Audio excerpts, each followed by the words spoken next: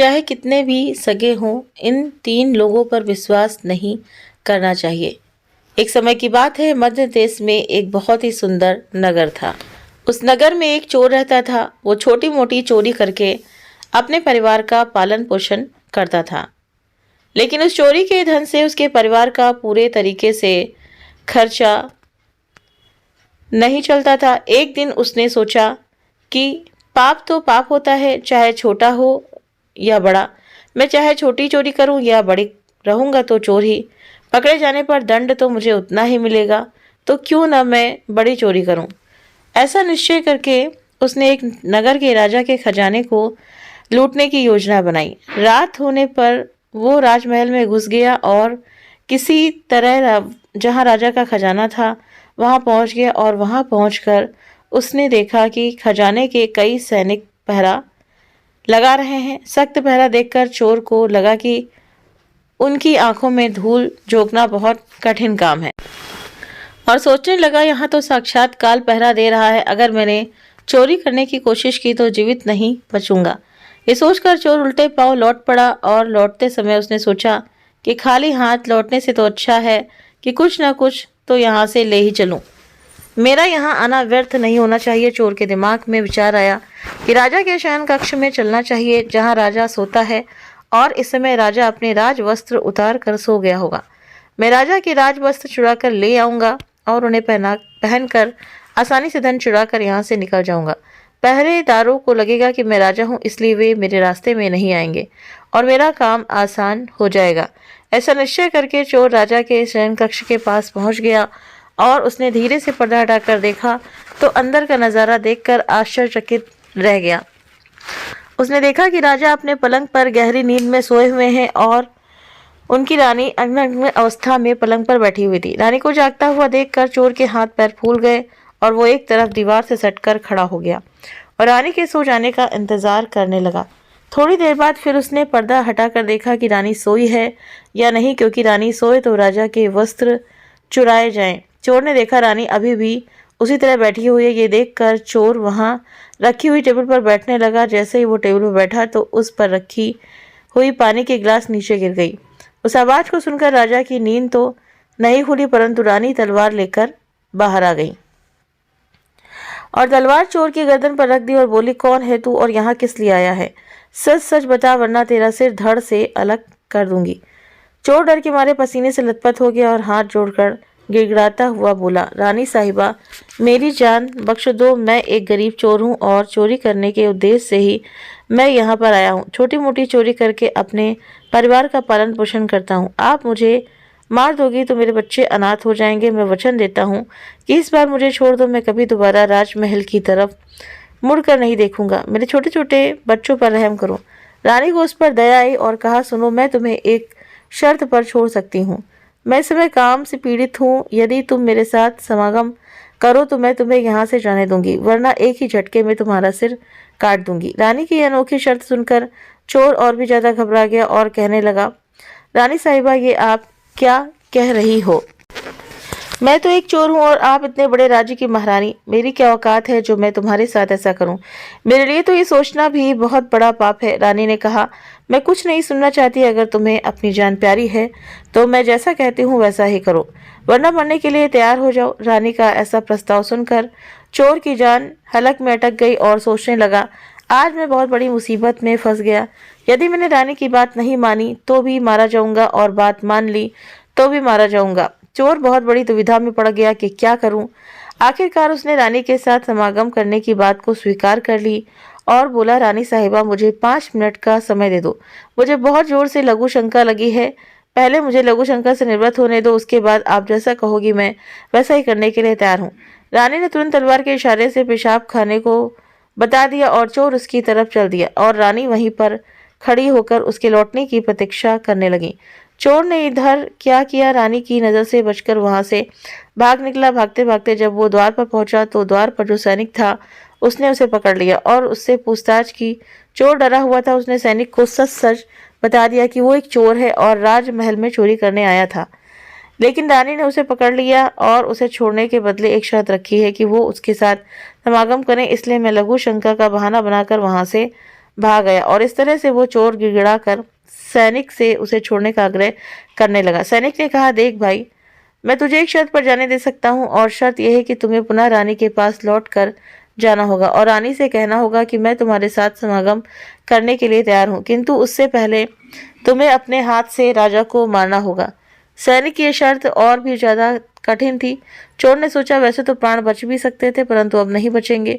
अगर रानी ने ये बात कही तो रानी मेरा सिर काट देंगी। अब चोर को चारों तरफ मौत ही मौत दिखाई दे रही थी। अब मजबूर होकर चोर वापस रानी के पास गया और बोला, रानी साहिबा, मैं तुम्हारे साथ समागम तो करूंगा, लेकिन मुझे एक बात का डर है। उस समय राजा साहब नींद से जग गए तो न तुम बचोगी और न मैं। राजा साहब हम दोनों को मार डालेंगे, इसलिए तुम्हें एक काम करना होगा। तुम अपने हाथ से राजा का सिर काट दो, फिर हम निर्भय हो जाएंगे। अगर तुम इतना काम कर सको तब तो मुझे तुम्हारी शर्त मंजूर है, वरना मैं तुम्हारे हाथों से मरना उचित समझूंगा। आप मुझे मार दीजिए। काम के वशीभूत रानी चोर से कहने लगी, ठहरो, ये कौन सी बड़ी बात है, मैं अभी राजा साहब को मौत के घाट उतार देती हूँ। इतना कहकर रानी ने दोनों हाथों से तलवार पकड़ी और सोए हुए अपने पति का सिर काट दिया। जब रानी ने राजा का सिर काट दिया तो शयन कक्ष खून से लथपथ हो गया और राजा के खून से रानी भी भीग गई। वो भयानक मंजर देखकर रानी बेहोश होकर गिर पड़ी और उसी समय चोर वहां से फरार हो गया। इधर सुबह राजमहल में शोर मच गया कि कोई राजा साहब को मार गया, मगर राजा को मारने वाला कोई पता नहीं चल पा रहा था। सब लोग बड़े आश्चर्य से थे कि राजा को सोते हुए कौन मार गया। इधर रानी भी दहाड़ मार मार कर रो रही थी। इस रहस्य को पूरे राजमहल में केवल एक ही सैनिक जानता था और रानी और उस चोर में से किसी एक ने ही राजा को मारा है, परंतु उसने इस बात की चर्चा किसी से नहीं की। इधर राजा की अंत्येष्टि क्रिया की पूरी तैयारी हो चुकी थी। उधर रानी ने घोषणा की कि वो अपने राजा के साथ सती होना चाहती हैं। ये जानकर रानी पर किसी ने संदेह नहीं किया, क्योंकि रानी अगर ऐसा करती तो वो राजा के साथ सती क्यों होती। इधर रानी सब श्रृंगार करके राजा के साथ चिता पर जाकर बैठ गई।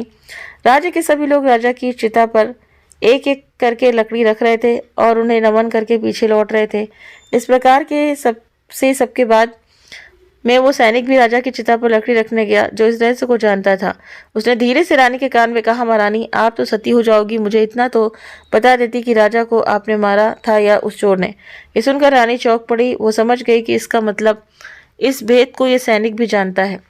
रानी ने कहा, सुनो, राजा को ना तो मैंने मारा ना उस चोर ने। अगर तुम्हें जानना है कि राजा को किसने मारा है तो तुम नगर से बाहर उत्तर दिशा में जो जंगल है उसमें चले जाओ। वहाँ कुटिया में एक बुढ़िया रहती है, वो तुझे इस रहस्य को जरूर बता देगी। सैनिक को यह रहस्य जानना था, इसीलिए वो अगले ही दिन रानी के बताए अनुसार जंगल में चला गया।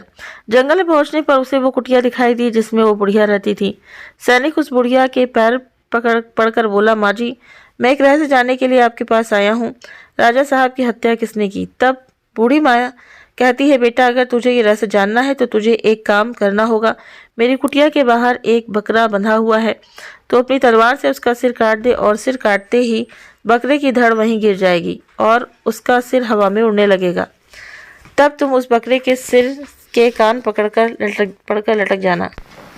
वो बकरे का सिर तुझे जिस जगह पर ले जाएगा वहां पहुंचकर तुझे तेरे सवाल का जवाब मिल जाएगा कि राजा को किसने मारा है। अब सैनिक ने वैसा ही किया। कुटिया के बाहर जो बकरा बंधा हुआ था, सैनिक ने उस बकरे का सिर काट दिया। सिर कटते ही वो हवा में उड़ने लगा। उसने झपट कर बकरे के दोनों कान पकड़ लिए। वो सिर उड़ता हुआ उस भयंकर वन के बीचों बीच उसे ले गया। उस जगह पर एक गुफा बनी हुई थी। उस गुफा के द्वार पर जाकर वो सिर नीचे उतर गया। सैनिक सोचने लगा कि इस जंगल में ना तो कोई मनुष्य दिखाई दे रहा है, यहाँ भला कौन मुझे राजा की मौत का रहस्य बताएगा। वो गुफा के द्वार पर खड़ा खड़ा यही सोच रहा था और वो गुफा एक राक्षस की थी, जिसमें वो राक्षस और उसकी एक बेटी रहती थी। अब शाम हो गई और वो राक्षस अपने भोजन के लिए बाहर गया हुआ था। गुफा के अंदर उसकी बेटी मौजूद थी। इधर जब राक्षस कन्या को किसी मनुष्य की गंध मालूम पड़ी तो वो द्वार पर निकल कर आई, तो उसने देखा कि एक हट्टा कट्टा नौजवान गुफा के द्वार पर खड़ा है। राक्षस कन्या ने सोचा कि अगर मैंने इसे खा लिया तो मेरे एक समय की भूख मिट जाएगी, और अगर मैंने इसे जिंदा रखा तो ये नौजवान मेरे बहुत काम आएगा। राक्षस कन्या ने तुरंत एक सुंदर लड़की का रूप बनाया और उसके सम्मुख पहुंच गई। इतनी सुंदर स्त्री आज तक उसने पहले कभी नहीं देखी थी। वो सैनिक उसे देखते ही उस पर मोहित हो गया। लड़की भी उसे अपनाने के लिए आई थी, इसीलिए उसे अपनी गुफा में बुलाकर ले गई और उसके साथ खूब मस्ती की। इधर जब राक्षस के आने का समय हुआ तो लड़की ने उसे मच्छर बनाकर दीवार पर चिपका दिया।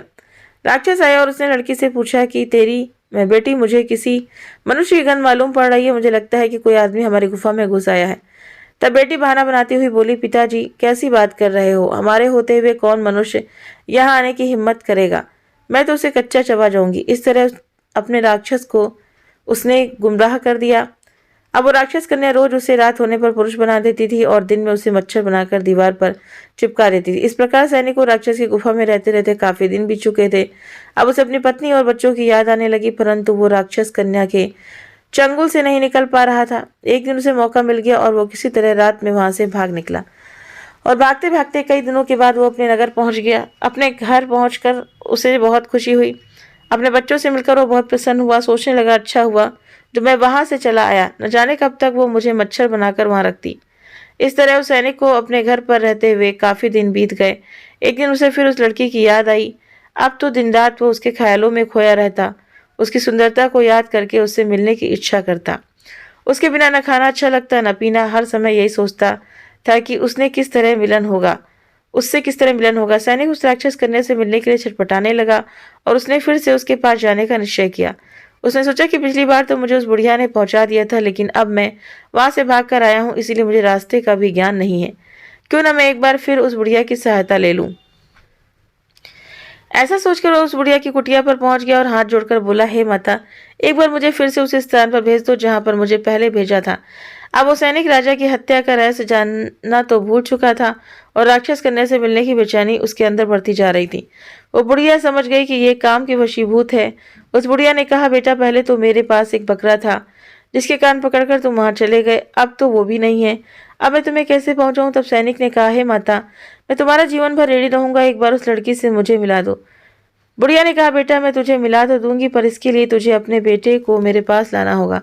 सैनिक बोला, ये कौन सी बड़ी बात है? इतना कहकर सैनिक अपने बेटे को बुलाकर ले आया। बुढ़िया ने कहा, बेटा, जिस तरह तुमने बकरे का सिर काटा था उसी तरह तुम अपने बेटे का सिर भी काट देना, फिर उसी तरह इसका सिर भी हवा में उड़ने लगेगा। तुम इसका सिर पकड़ लेना और ये तुम्हें उसी स्थान पर पहुंचा देगा। काम के वशीभूत वो सैनिक अपने बेटे का सिर काटने के लिए तैयार हो गया। उसने जैसे ही तलवार लेकर बेटे का सिर काटना चाहा, तब उस बुढ़िया ने उसका हाथ पकड़ लिया और कहने लगी, ठहरो, यही तुम्हारे प्रश्न का जवाब है। चाहे कितने ही सगे हो, इन 3 लोगों पर कभी भी विश्वास नहीं करना चाहिए। पहला, राजा को न चोर ने मारा था और न रानी ने। राजा को हवस ने मारा था। जिस तरह काम वासना में अंधे होकर तुम अपने बेटे को मारने के लिए तैयार हो गए, इस हवस के वशीभूत होकर मनुष्य अंधा हो जाता है और वो निंदित से निंदित काम भी कर डालता है। दूसरा, इसी तरह धन का लालची भी धन में अंधा होकर कुछ भी नहीं देख पाता, वो धन के लालच में आकर किसी को भी मार डालता है। और तीसरा, क्रोधी क्रोध में अंधा होकर मनुष्य सब कुछ भूलकर वो सब कर डालता है जो जीवन भर उसे पछताने के लिए विवश कर देता है। क्रोध में वो बुद्धि विवेक से शून्य हो जाता है और अपना पराया कुछ नहीं देख पाता। इन तीनों से हमेशा बचकर रहना चाहिए, अन्यथा जीवन पर भर पछताना पड़ता है। तो उम्मीद करते हैं कि आपको ये जानकारी पसंद आई होगी। वीडियो पसंद आए तो वीडियो को लाइक शेयर सब्सक्राइब करना ना भूलें। आप अपने कमेंट करके भी जरूर से जरूर बताएं। मिलते हैं नेक्स्ट वीडियो में। Thank you.